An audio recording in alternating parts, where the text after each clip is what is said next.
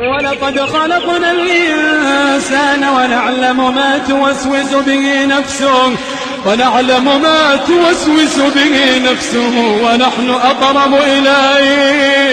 ونحن أقرب إليه من حبل الوريد إذ يتلقى المتلقيان عن اليمين وعن الشمال قعيد ما يلفظ من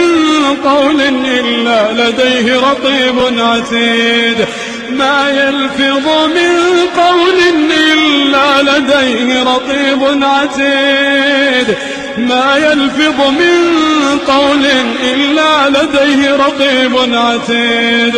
وجاءت